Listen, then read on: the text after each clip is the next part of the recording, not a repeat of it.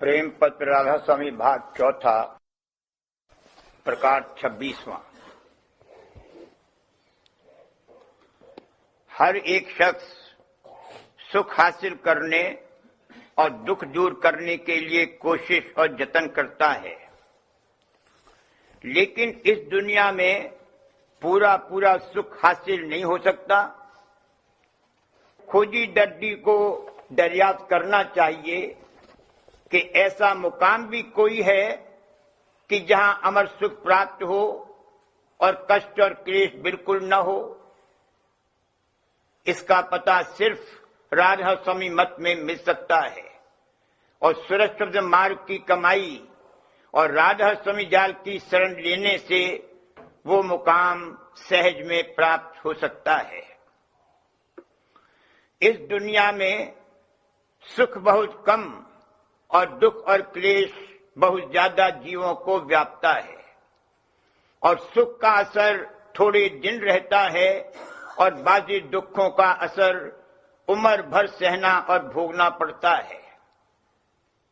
इस तरह सब जीव इस दुनिया में थोड़े बहुत दुखी रहते हैं और अपनी ताकत के माफिक जतन भी उन दुखों के दूर करने का करते हैं। फिर भी उनका चक्कर वक्त वक्त पर जारी रहता है और बाजे दुख तो बिल्कुल असाध्य यानी लाइलाज हैं और जीव लाचार होकर उनको सहते हैं। विचारवान आदमी जो इस दुनिया के हाल को गौर की आंख से देखते हैं और पिछले जमाने के लोगों का हाल तवारीख वगैरह से दरियाफ्त करते हैं, तो उनको बेशुमार दर्जे रचना में देखकर ये ख्याल पैदा होगा कि इस रचना में एक से एक मुकाम ऊंचा और बढ़का, जहां सुख ज्यादा और दुख कम है, होना चाहिए और कोई मुकाम ऐसा भी जरूर होगा कि जहां महासुख और महा आनंद प्राप्त हो सकता है और कष्ट क्लेश और जन्म और मरण नहीं है। फिर ऐसे मुकाम के प्राप्ति की चाह सबको उठाना चाहिए और जो जतन और तदबीर मुनासिब होवे वह उसकी प्राप्ति के वास्ते जरूर करना चाहिए। लेकिन पहले ये दरियाफ्त होना चाहिए कि वह एक से एक बढ़ के सुखदायी मुकाम और उनके परे पूर्ण सुख और आनंद का स्थान कहाँ है और उसका रास्ता कहाँ होकर गया है और कौन सवारी पर चलकर वो रास्ता तय किया जाएगा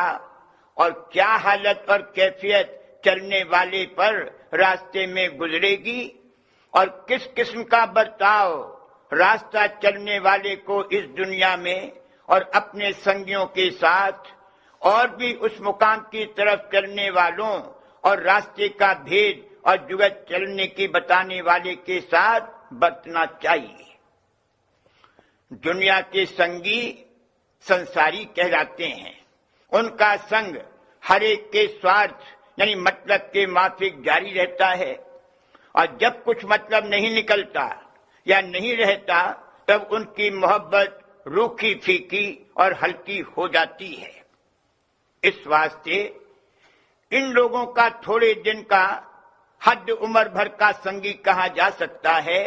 और भारी तकलीफ के वक्त वे कुछ मदद नहीं दे सकते और देह छोड़ने के बाद कोई किसी का संग नहीं दे सकता। महासुख और महा आनंद के स्थान का भेद और रास्ता बताने वाले और चलने की जुगत समझाने वाले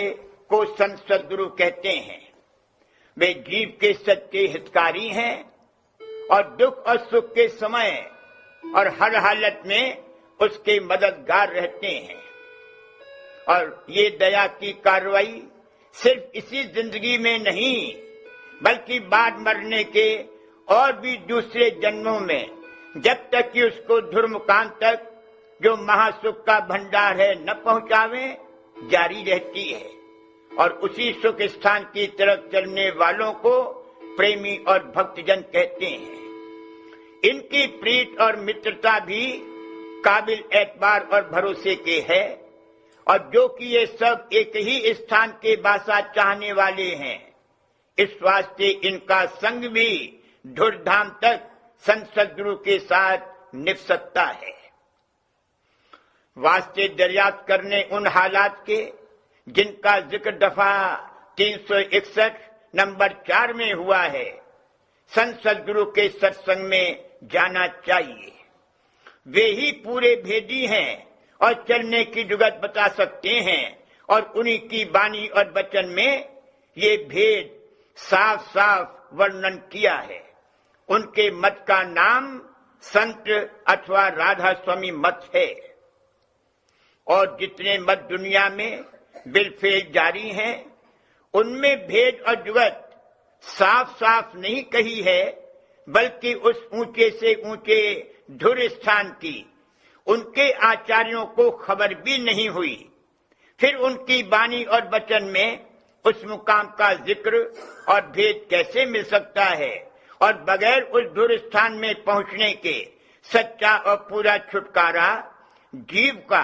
कष्ट और क्लेश और जन्म मरण के दुख से मुमकिन नहीं है। इस वास्ते जब तक कि कोई राधा स्वामी मत में शामिल होकर और कुल मालिक सत्यपुरुष राधा स्वामी जाल की शरण लेकर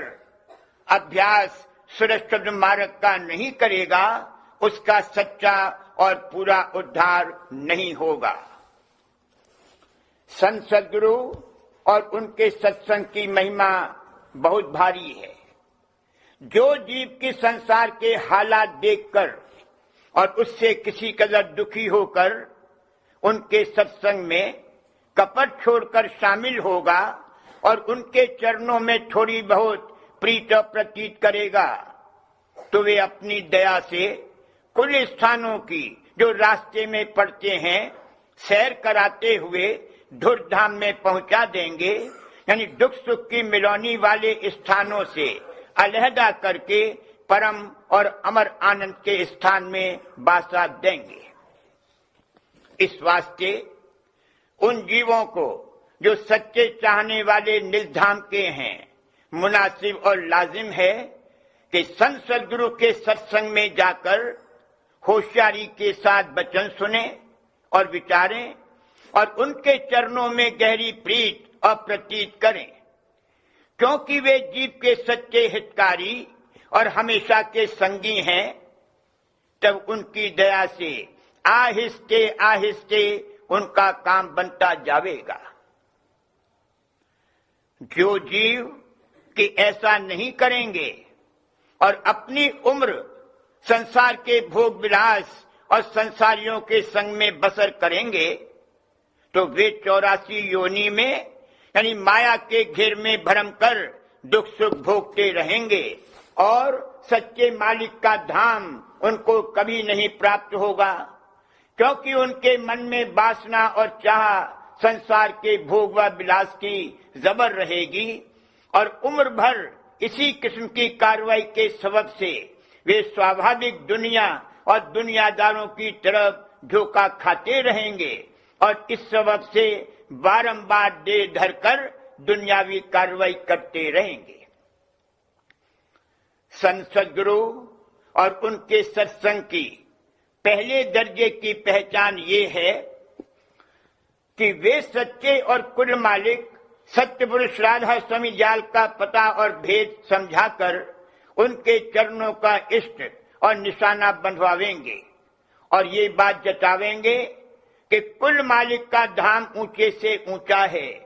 और वो और उसका रास्ता घट में मौजूद है और वहीं से सूरत उतरकर पिंड में नेत्र के स्थान पर यानी तिल में ठहर कर देह और दुनिया का कार्य कर रही है। तो इसी स्थान से उसको शब्द की धुन सुनते हुए उल्टाना चाहिए और जिस धार पर की सूरत उतरी है वही चैतन्य और नूर और जान और शब्द की धार है। तो इसी धार पर सवार होकर रास्ता तय किया जाएगा और सूरत का निज घर कुल मालिक का धाम है,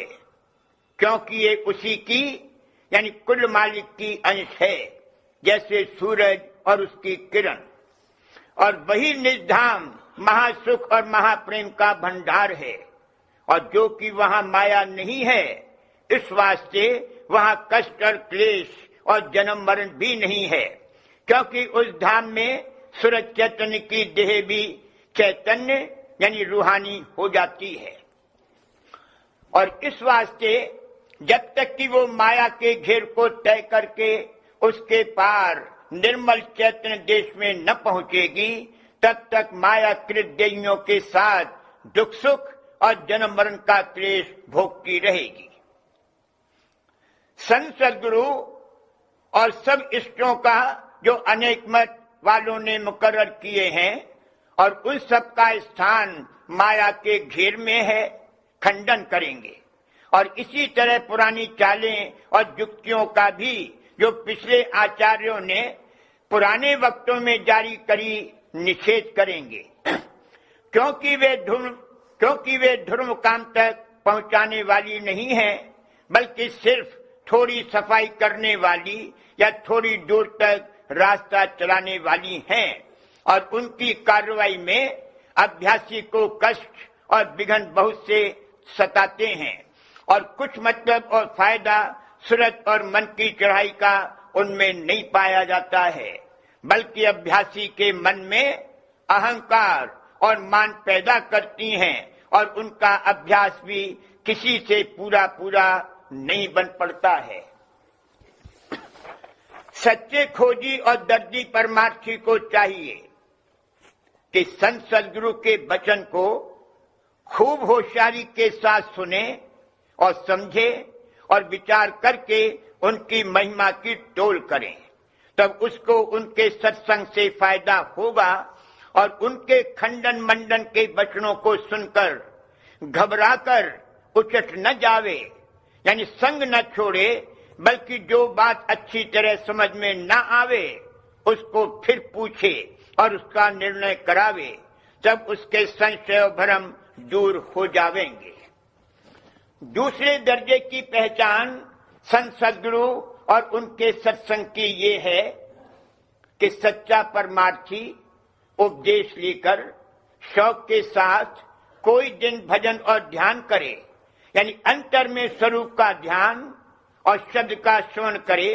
तब उसको कुछ रस मिलेगा और संत सद्गुरु की दया अंतर में नजर आवेगी, और उसके मन में प्रीत और प्रतीत चरणों की पैदा होगी, और आइंदा